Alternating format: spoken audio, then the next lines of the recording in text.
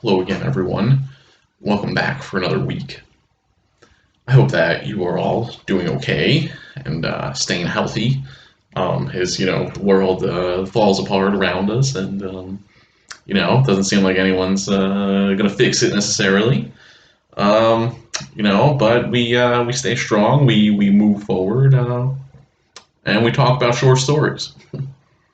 So in this video, I want to talk about obviously about Independence Day, as we've been talking about the past couple of weeks. And I want to look specifically at the issue of protesting within the story. I've already talked about gender, I've talked about globalization. I think the fourth option is immigration. I'll be making a video about that tomorrow, Monday. I'll be making the video and posting it probably later on Monday night, so that'll be coming soon. But yeah, I want to look at protesting here.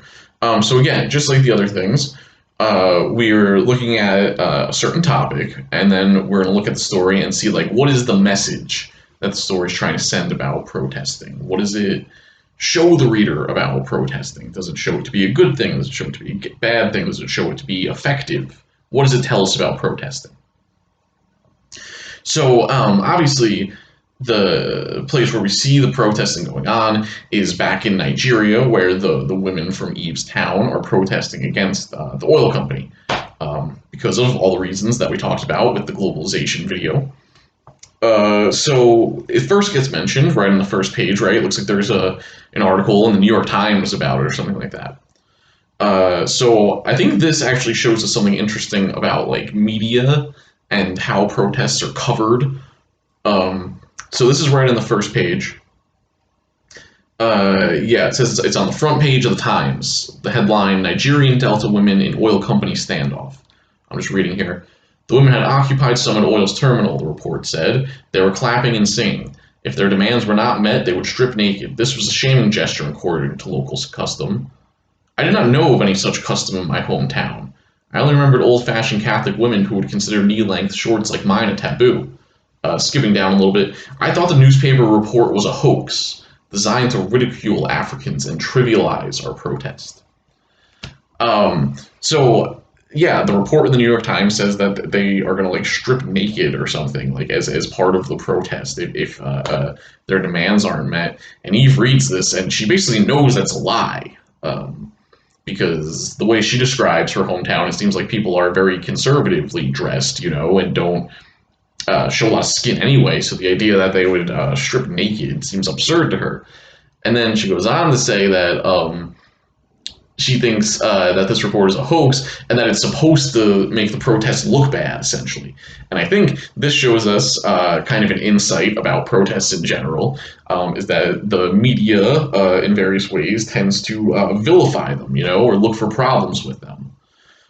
Obviously, if you think back to like this summer, for instance, it's like the media, I think, and news reporting covering protests, they're always very quick to be like, oh, like, are they doing it? Are they protesting the right way? And are they doing it at the right time? And are the right people involved in the protest? And then, if things get violent or whatever, if there's any kind of destruction, I don't think the news organizations are too interested in looking into like why there was destruction or what exactly happened. I think they're quick to just say, well, this isn't the way that you protest, this isn't how you convince people, this isn't going to get you anywhere. You can't have destruction and violence.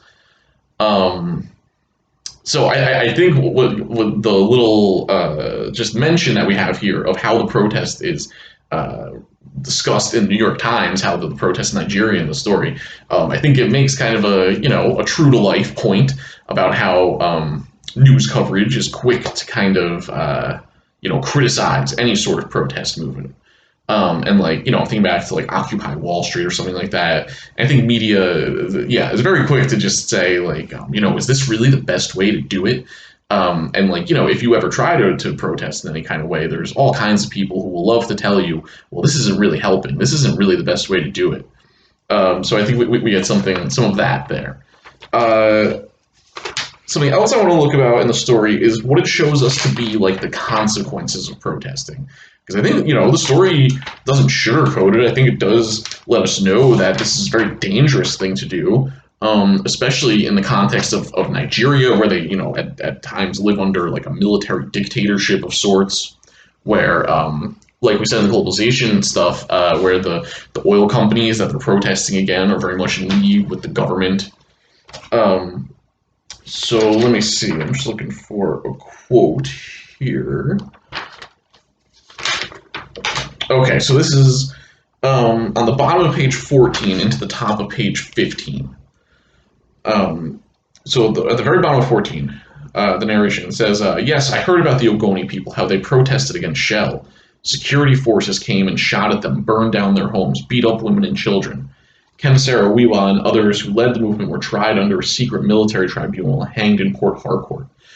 So I think I already gave you that reading. It was called Final Statement by Ken Saro-Wiwa. So Ken Saro-Wiwa was a leader of this protest movement that was very much against the oil companies. They were, very interested in the environment, and also, that they wanted the like oil of Nigeria to be used for the people of Nigeria, right? And one of the famous kind of things that he did, this was in like the mid 90s, not that long ago, right? It seems like when we read about this stuff and when you read his speech, it seems like something that must have happened 100 years ago, but it happened, 30 years ago. Not even, like more like 25. Um, so yeah, he had this claim that like essentially by refusing to like take care of the environment and letting the oil just destroy everything, that it was basically like a kind of genocide where like because it was the Ogoni people, like these specific people, it was their land who like a lot of the oil was on, I guess, and that was destroyed by extracting the oil. And he, yeah, led this like huge protest movement against it. Mass mobilization of people, and it was put down violently. There were, as she goes on to Eve in the story goes on to describe it here. But yeah, basically the military cracked down on it, and then the speech that I gave you from Ken Saro-Wiwa is actually he, gets a trial, but it's not really a trial. It's more like a military tribunal. There's no like jury or judge or anything.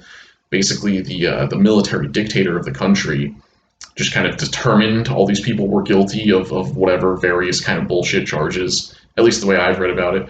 And I think there were, what was it, 8 of them, I believe? And they were all put to death. So the speech that I gave him, Ken Saro-Wiwa, is a speech that he gives like right before being executed for being a leader of this protest movement. So like, yeah, the descriptions in here, it's all very much embedded in the history. And if you do want to write about this, I would definitely read that speech again and even do some more research about somebody like Ken Saro-Wiwa. There's a lot of good information you can find. Okay, so I want to keep on reading here with some of the descriptions of protesting.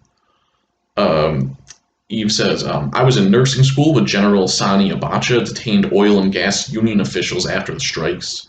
So again, Sani Abacha, I think, became kind of the military dictator, and it says that they detained oil and gas union leaders after strikes. So it just shows how like the government was going after the unions of the oil workers and stuff.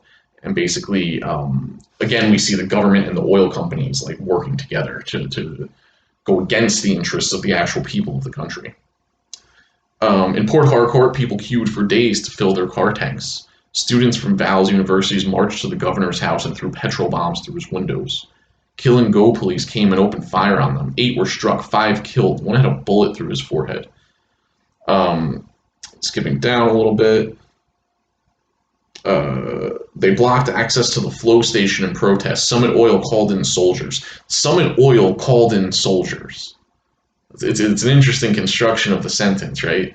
Because again, if these are supposed to be 2 separate entities, right? You have the oil companies that are based in the Netherlands or whatever, and then you have, the Nigerian government, independent government, right? Not a colony, independent government, but yet the oil companies called in the soldiers. So again, this kind of lack of independence because of the kind of forces of globalization and the role of these oil companies.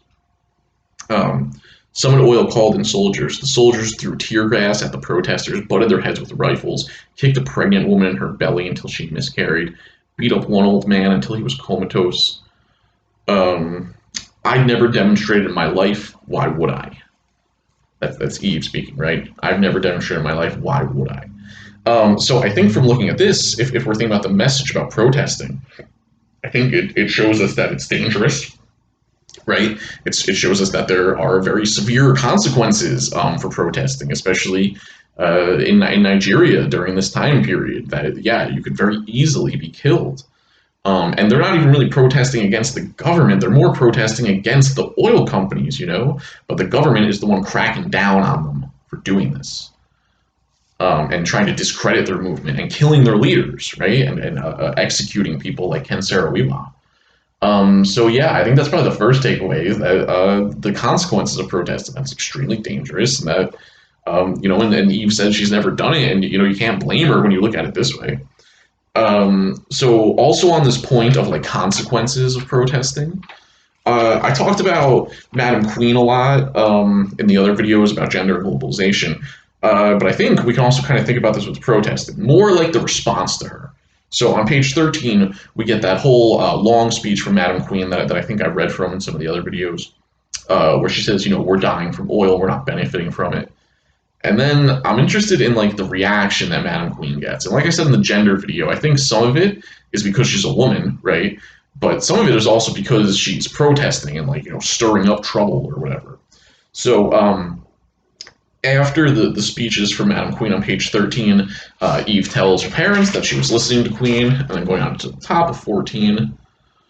Yeah, like I looked at these before, but Eve's mother says like that's why she can't keep a man. Please, Eve, don't listen to Madam Queen. She's trying to get people killed. Remember what happened to the Ogoni people.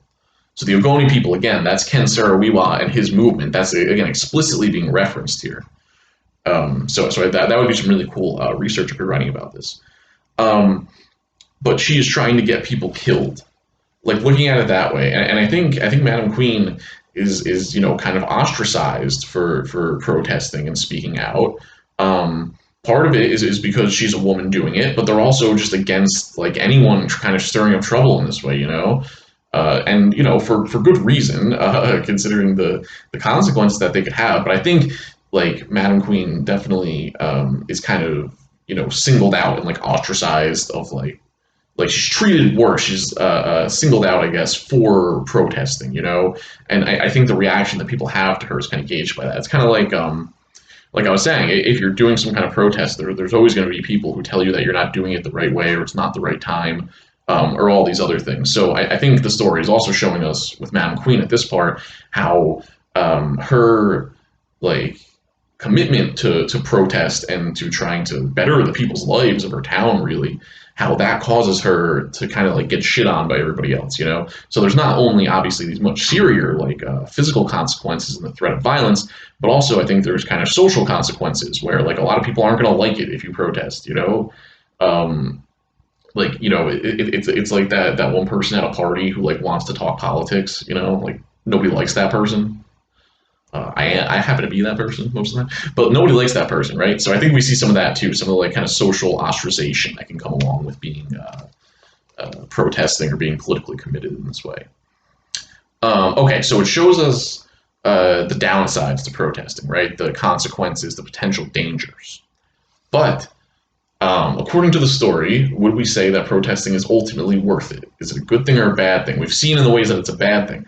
But then, if we turn to the end of the story, right, because that's not all, if all that we got was the descriptions of people being killed and the executions and all this terrible stuff, then we could probably say, like, yeah, the story's kind of telling us that protesting is not, like, effective and that you're just, like, going to get killed for it, But we have the ending of the story where we see them kind of be successful with the protest.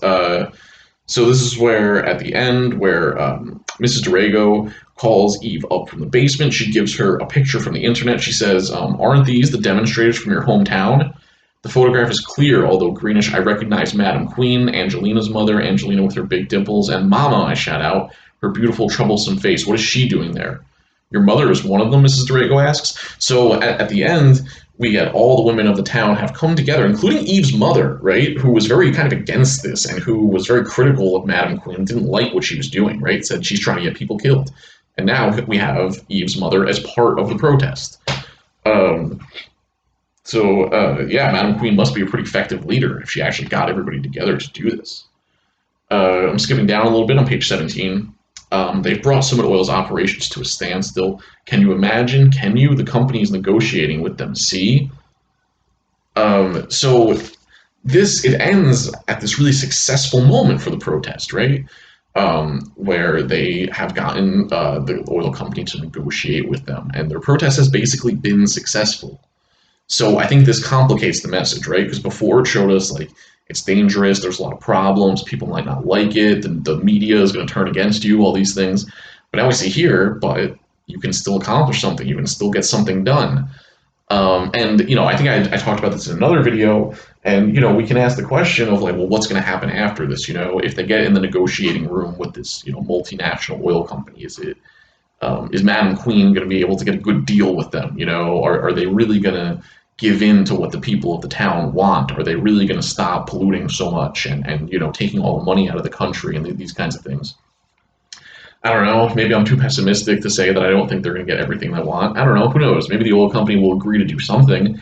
But then, even if that happened, I think we would still wonder, well, okay, they agreed, to not pollute so much, but like, are they really going to keep that up? Or like, what are the consequences going to be if they don't? Is anyone really going to make them do it, especially if they're in cahoots with the government? But again, the story chooses to end at this point, So I think that is a significant thing too, that it ends kind of at this high point in terms of the protesting, where the company has had to shut down production of oil and has to, meet with them and listen to their demands and maybe give in to some of them. So, like, what's the message? That protesting is dangerous, there's a lot of consequences, but ultimately it's worth it because you can get something done, but you might not get everything you want. It's complicated, right?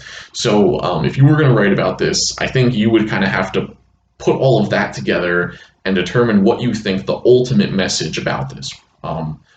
What is it ultimately telling us about protesting? Should we do it according to the story? Well, it shows us it's dangerous, but it also ends with them in a good position. So should we do it? Is it a good thing? Is it worth doing? Is it effective? I think you could argue either side of this by looking at the story, and I think that's why this would be a good thesis, picking one side or the other. We want to make sure that our argument for this is debatable, right? And I think either side you went with here would be debatable. So yeah, that's just some of the stuff I would think about if you wanted to write about protesting here. All right, more videos coming later on Monday. See you then.